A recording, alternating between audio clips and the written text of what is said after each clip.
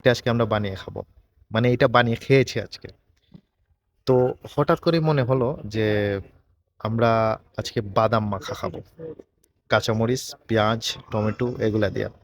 তো আমার বন্ধু সাগর অলরেডি কাঁচামরিচ নিচ্ছে, এবং আমাদের বাদাম আর পেঁয়াজ টমেটো নেওয়া হয়ে গেছে ইতিমধ্যেই। এখন আমরা আসলে সামনের দিকে আগাবো, রুমের দিকে আগাবো, ডিউটি শেষ করে আমরা এগুলা করতেছি আর কি।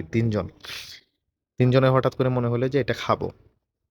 তো সামনের দিকে আগানোর পরে দেখতেছি সাগর চলে যেতেছে ফ্রুট সেকশনে। তো আমি ওরে বললাম যে ফ্রুট সেকশনের দিকে কেন যাইতেছিস?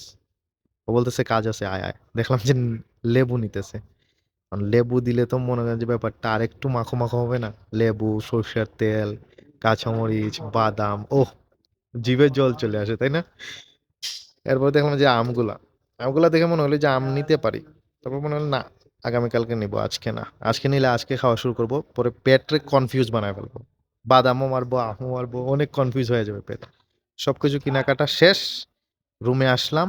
এই যে আমাদের পরিবেশন, দেখেন তো কেমন লাগে, ভালো না? আপনাদের সবাইকে